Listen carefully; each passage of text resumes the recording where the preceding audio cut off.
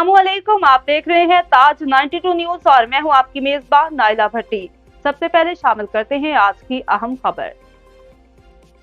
खबर शामिल करेंगे नवाब शाह से। ब्यूरो चीफ अली रजा आरा की रिपोर्ट के मुताबिक नवाब शाह के इलाका ताज मोहम्मद कॉलोनी की रिहायशी सनम रुस्तमानी ने मनहड़ू के करीब गांव मोहम्मद यूसुफ डाहरी के रिहायशी शहजाद डाहरी से सेशन कोर्ट सर्कल में पसंद की शादी कर ली। शादी के बाद लड़की के वरसा जान के दुश्मन बन गए हैं, तहफ़्फ़ुज़ फराहम किया जाए।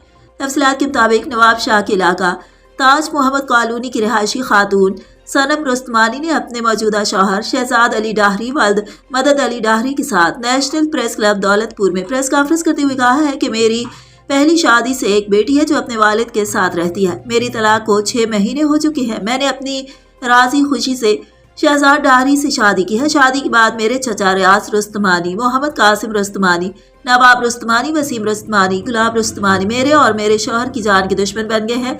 बी सेक्शन थाना नवाब शाह पर हमारे खिलाफ मुकदमा भी दर्ज कर लिया गया है। हमें कत्ल करने और संगीन नताज की धमकियां दी जा रही हैं। हम डीआईजी शहीद बेनजीराबाद, एसएसपी शहीद बेनजीराबाद व दीगर आला हुकाम से मुतालबा करते हैं कि हमारी जान को खतरा है, हमें तहफ़्फ़ुज़ फराहम किया जाए।